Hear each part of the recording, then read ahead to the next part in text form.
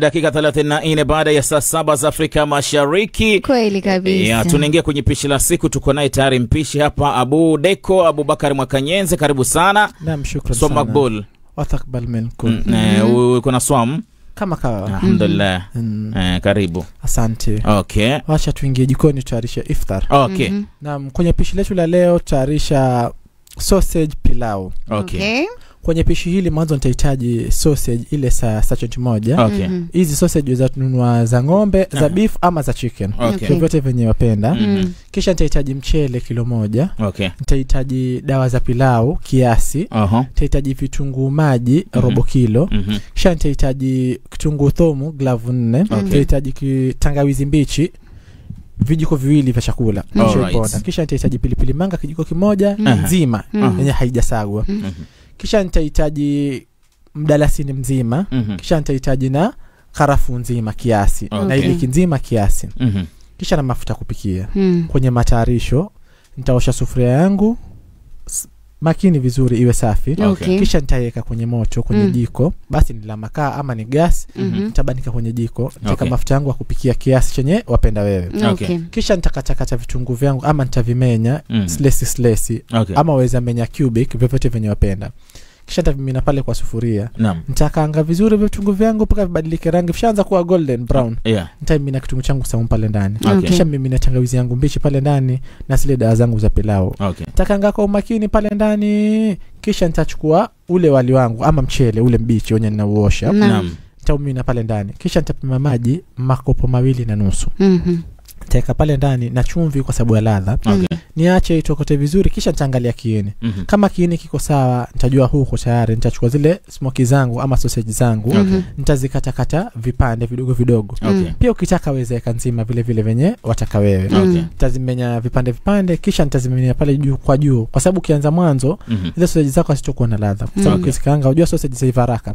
Hata kwa mvuke ziko sawa. So nitazikatakata vizuri, nitamimina pale ndani kwenye mchele wangu. Kisha angalia kiini kama kiko sawa. Maji yakishakauka yale wale wangu nitamimina pale ndani. Kisha nitakoroga kwa dakika 5 hadi 8. Nihakikisha zile sausage zangu hazionekani kabisa, ninazifunika na ule mchele. Kisha nitafunika kwa makaa kiasi wastani. Moto usiwe mwingi na usiwe kidogo. Kwa sababu moto kiwa mwingi yale matando pia ni chakula. Kwa tumepoteza chakula. So nitaweka moto wa kiasi, nitafunika pale kwa dakika 10 hadi 19. Baada hapo nitafunua huu wali wetu. Utakuwa uko tayari na ni tayari kwa kula. Kisha tutapakua kwenye sinia zetu. Basi tutakula kwa sinia moja ama tule watu watatu mmoja vyovyote venye wapenda. Tutawacha kidogo uweze kupoa kwa sababu chakula cha moto hakina baraka. Chakula cha kupoa ndio kizuri, utaenjoy chakula chako vizuri. Baada hapo tutakuwa tuna chakula chetu hichi. Basi ni furaha kwa familia na chakula kitamu sana na ni rahisi kwa kutengeneza. Muda gani yani unaweza ukapika chakula kama chakula hicho? Waweza pika mchana ama upike usiku. Basi ni lunch ama ni dinner. Waweza kuamua tu mwenyewe. Unajua kuna mapishi mengine hayasumbui. Umechelewa kazini, umechoka paka huwezi. Ile stress ya kupika sana, chukua tu sausage zako pale, utazimenya kiasi na wali wako kidogo, utakaanga mara moja, ufunika chakula chako na ni rahisi kwa kula. Kwa sababu huwezi tumia muda mwingi. Utatumia tu dakika ya 35 hadi 40. Utatayarisha na utapika na chakula kiko tayari kwa kula. So hakitumii muda mrefu. Kwa sababu ukichoka kutoka kazini utaki kupika masaa kama 5, utachoka sana. Tumia kizidi sana only 1 hour. Ili upate time ya kupumzika na wewe, kisha kitulie, kesho urudi tena kazini. Right, msikilizaji, haya Abu Deko anatufundisha leo na anasema tumepika pilau ya sausage. Pilau wa sausage. Sausage pilau. Wasema ndani ya half an hour yani dakika 30 kitu tayari. Yani ni pishi la haraka sana. Unajua mtu akitoka kazini saa hizi amechoka, pengine mwalimu, basi kama wewe kakangu Rasimangale unchoka, stress. Mara moja kula hotelini. Pia waweza amua siku moja ukapika. Ile pesa ya hotelini basi ukisevu itakuwa ya kuendeleza mbele. Na kula hotelini. Kwa uvivu wa kuosha vyombo. Aseme tu hivi. Uvivu tu kwa kweli mimi hapo na umenigusa. Kuosha vyombo. Mimi kupika sina stress, lakini kwa vyombo mtihani. Sasa unaona mimi nikipika ni yani kwa siku, yani kwa wiki naweza pika mara moja. Kwa hivyo ukipika chai inakaa kwa thermos wiki nzima. Chai sina kunywa kazini, chai ipo. Saizi watu wafunga. Sasa watu wafunga kwa kula supu. Uji sasa nitabeba uji wangu pale, kuna genge la uza uji mzuri na chupa yangu vizuri na eka pale ndani. Nikiamka nikiswali pale, nikipiga suhuri na nikiswali nikipiga fresh. Si lazima pia nipige suhuri, naweza kunywa maji tu basi na tende basi.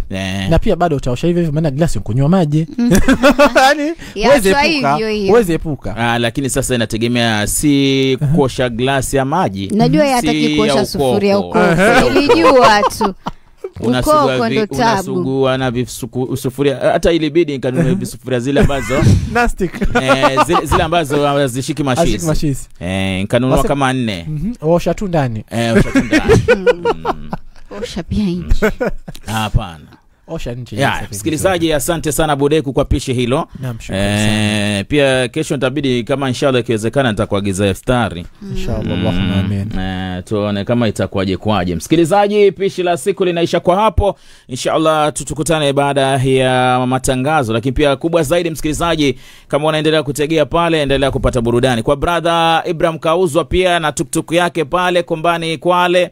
Asante sana na brother Nyeusi pale, na shukrani mwa Chirenje pale anaitwa Sharon. Bwana, endelea kupata burudani pale.